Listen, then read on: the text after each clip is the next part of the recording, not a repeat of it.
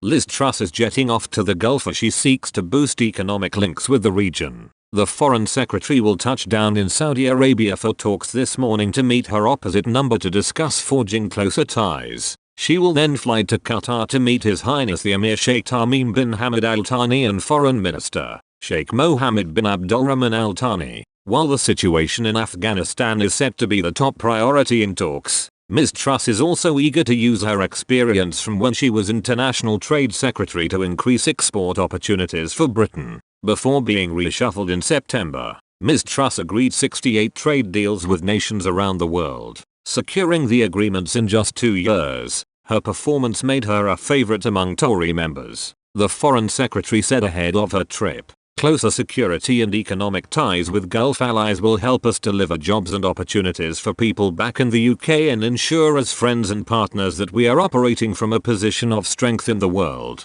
I want a closer trading and investment relationship with the Gulf and for us to collaborate more closely on issues like intelligence sharing, development, security and defense. The visit is her first to the region since taking over the role from Dominic Raab. Her discussions come just weeks after preparations got underway for a trade deal with the Gulf Cooperation Council, GCC. Trade with the GCC, which includes Saudi Arabia and Qatar among its members, is already worth more than £30 billion.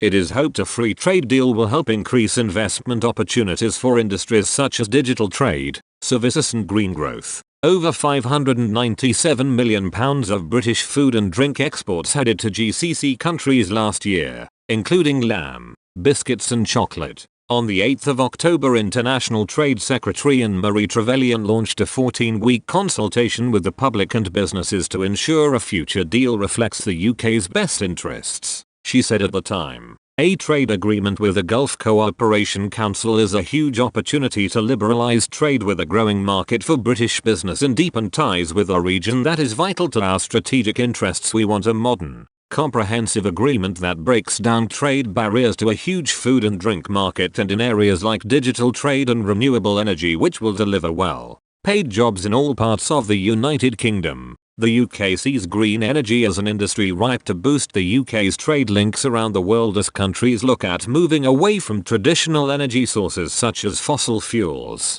making the case for more climate-friendly energy. Prime Minister Boris Johnson told the Global Investment Summit yesterday, this was the first nation to industrialise, to send the plumes of smoke from the Midlands. We were the first to knit the deadly T-cozy of CO2 that is now driving climate change, so we have a responsibility to set an example, and we are. We are already the Saudi Arabia of wind power, with more offshore wind than anywhere else on earth. Speaking of the benefits of a trade deal with the GCC, International Trade Minister Ranil Jayawardena added, the nations forming the Gulf Cooperation Council are, together, one of our biggest trading and investment partners and are home to over 50 million people. From exports of Welsh lamb and Scotch beef, to biscuits from Belfast and financial services from the City of London, we are determined to strike a deal that will further cement our relationships, attract investment, promote trade opportunities and provide significant benefits for British business, creating jobs in communities across the country.